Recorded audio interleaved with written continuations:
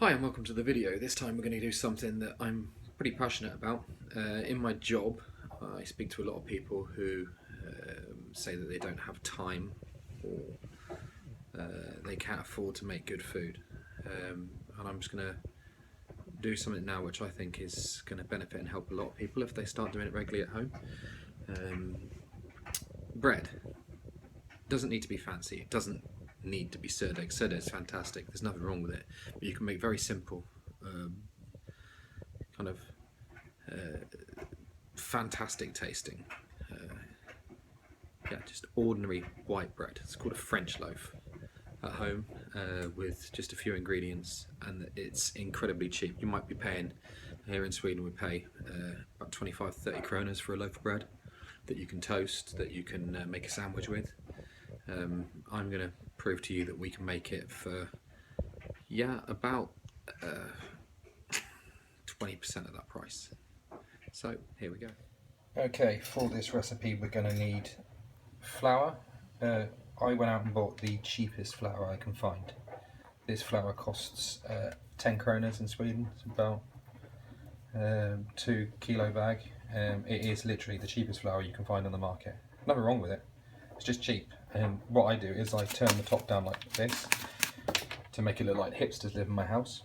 Just a bit of fun there. Yeast is half a packet of yeast there. It's fresh yeast. It costs 1 krona 40 for a whole pack, so that's 70 euro. It's not even a krona.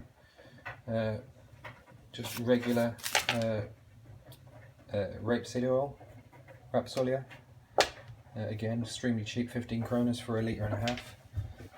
Salt. This is the coarse cooking salt, and I think 2 kilos of that costs about 20 kronas. And a great big bowl will be needed for later on. So let's get started. Okay, so first up we are going to crumble our yeast. So about 25 grams of fresh yeast into 3 deciliters of lukewarm water. Try and get it all in there.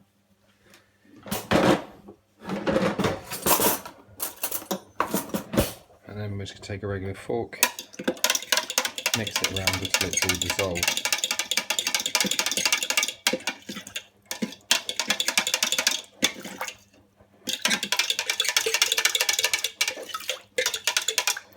It's as simple as that. Put that to one side and we get our bowl.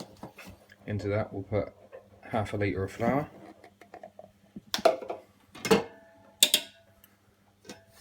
And then we'll just unceremoniously throw in our yeasty mix there, and using the same fork we can just give it a good stir around. It's good if you don't use all your flour. If you find this dough is too loose, you can just add a little bit more. There's lots of factors depending on if it will be loose or dry, the type of flour used and the protein content of it, or humidity on the day can even make a difference. Then we're going to add about 2 teaspoons of salt to that, and just continue giving it a mix around.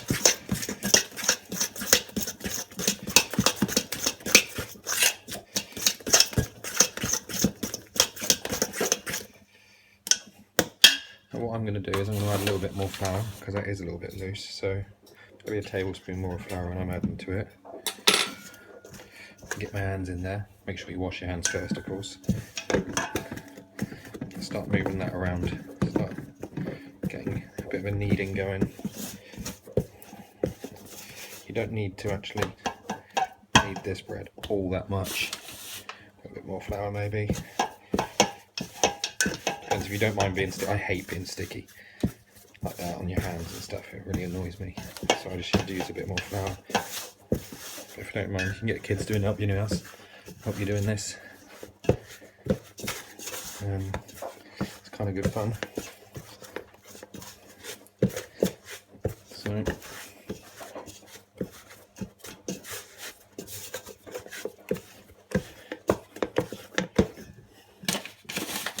So little bit more flour maybe.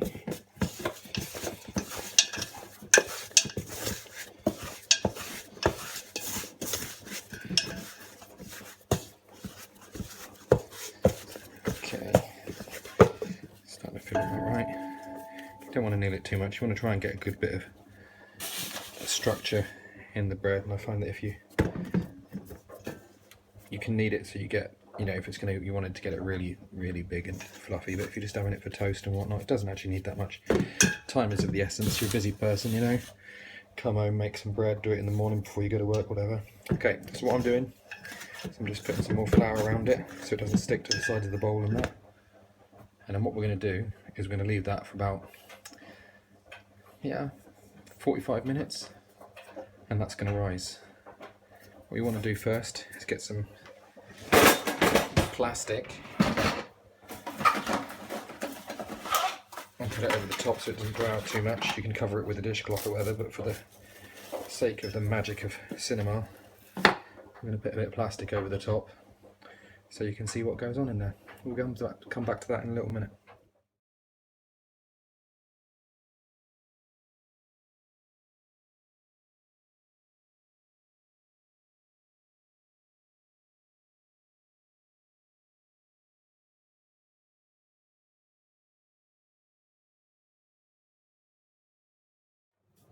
So it's all risen now, and what we're going to do is we're going to carefully take this up out of here, and we're going to put it onto our baking tray.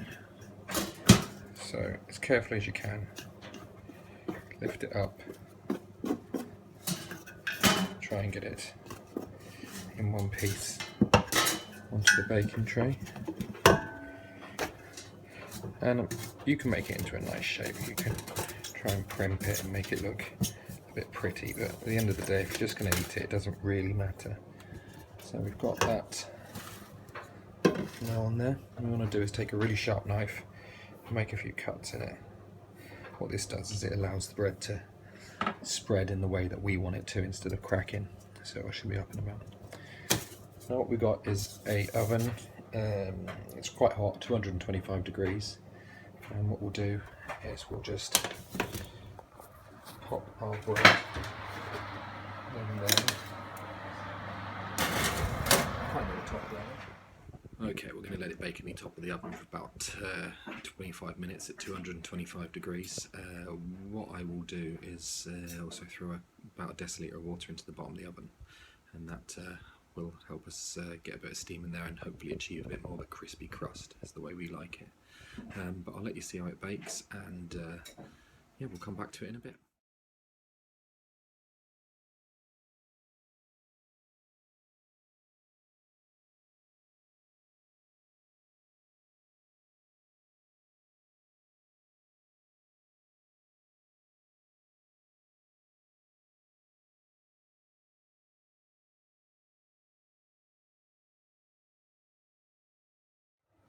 Okay, so that's about 25 minutes. I love it, it turned out.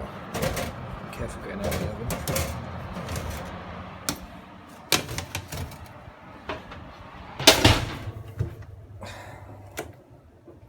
Save the planet, turn the electricity off.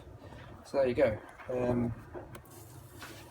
It's looking pretty good. What I like to do now is I'll turn it upside down so that it can cool down upside down. It stops the bottom getting too soggy, the top being convex contacts much less of the surface of the baking tray, so less condensation will build up.